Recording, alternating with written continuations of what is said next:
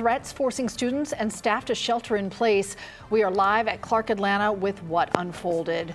We start with those threats here on 11 Live News at 4 and an update for you. A shelter in place order has now been lifted at Clark Atlanta University.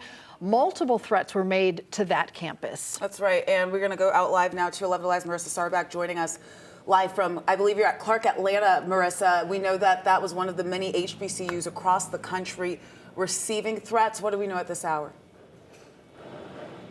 Well, Faith, Cheryl, we do want to note there is no active threat currently at this time. Nothing for students or parents to worry about. We do know the university was under a shelter in place around 1:30 that lifted earlier today. And students tell me the shelter in place was in place for about an hour. Now, we did reach out to Clark Atlanta University. They did confirm multiple threats earlier this afternoon were made to campus, but did not specify exactly what those threats were or who made them.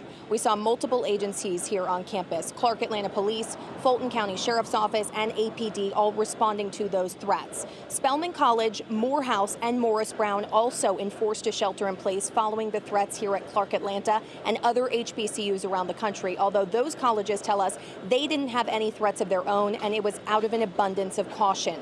We spoke with students and staff as they were exiting campus when that shelter in place was finally lifted this afternoon.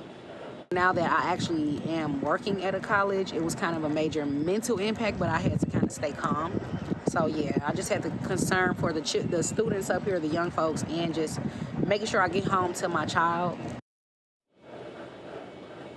A scary situation for so many of the people here on campus. We also know Clark Atlanta was the target of a false active shooter threat 2 weeks ago, along with the University of Georgia and the University of West Georgia. Reporting live at Clark Atlanta, Marissa Sarbach, 11 Alive News. All right, a stressful day there. Glad that's resolved. Thanks a lot, Marissa.